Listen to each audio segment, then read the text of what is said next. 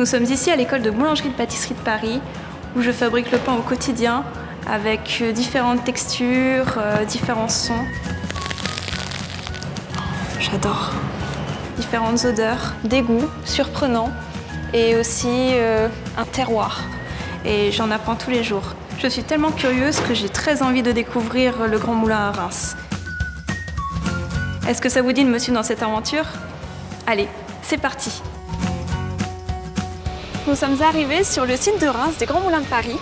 Et maintenant, je vais aller à la rencontre de Sylvie. On va partir ensemble et on va visiter un peu le moulin et découvrir notre métier. Ok, bah c'est parti.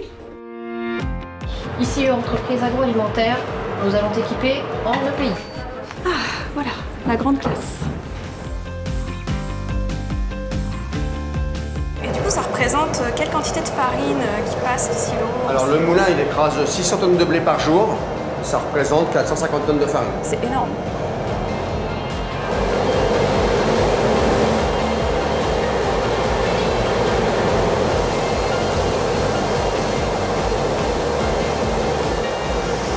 C'est impressionnant. Mais je vois que en fait là il y a les produits finis, mais tout ça, tout ce qu'on voit là, c'est toutes les étapes de broyage. Voilà, c'est ça. Avec ce produit-là, tu vas retrouver tous ces produits-là à la fin du tamisage. Et l'assemblage nous donnera ton produit fini. C'est fou, j'aurais jamais pensé qu'on puisse obtenir autant de textures différentes avec juste un moulin. En fait. Donc nous voici au laboratoire où toutes nos analyses sont effectuées. Du coup là c'est le fameux alvéographe de Chopin? C'est exactement ça. Donc là ce que tu vois c'est que les pâtons, là je les ai mis dans une étuve bien spécifique à 25 degrés. Et là il y a une bulle qui va sortir pour voir en fait l'élasticité et l'extensibilité d'une farine. Et là tu vas voir une courbe qui va représenter en fait l'alvéographe de cette farine là. C'est la même pâte, ce sont des pâtes différentes? Toutes les farines en fait qu'on contrôle ne donnent pas en fait la même qualité de la bulle. D'accord.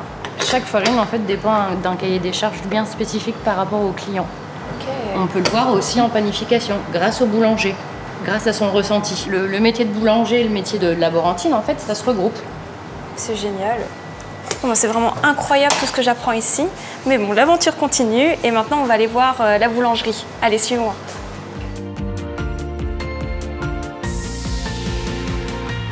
C'est rigolo parce qu'il y a des petites gommettes en fait sur chaque pain. On voit avec des couleurs différentes. Alors les gommettes représentent chaque pétrin, donc chaque farine testée ou chaque blé testé. Ok. Mais comment ça se fait que là il y a les coups de lame, ils sont tout racrapotés? Donc c'est la variété qui est ainsi. Hein. Oui. Donc on va l'assembler avec une variété qui sera beaucoup plus ouverte pour avoir un standard comme celui-ci.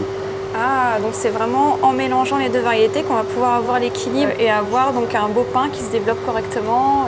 C'est de l'assemblage, ni plus ni moins. C'est fou. C'est rigolo, j'aurais jamais pensé qu'il faille différentes sortes de blé pour faire une farine et obtenir un pain de qualité. Bon allez, j'ai très envie de voir un expert. Allez, c'est parti, on y va.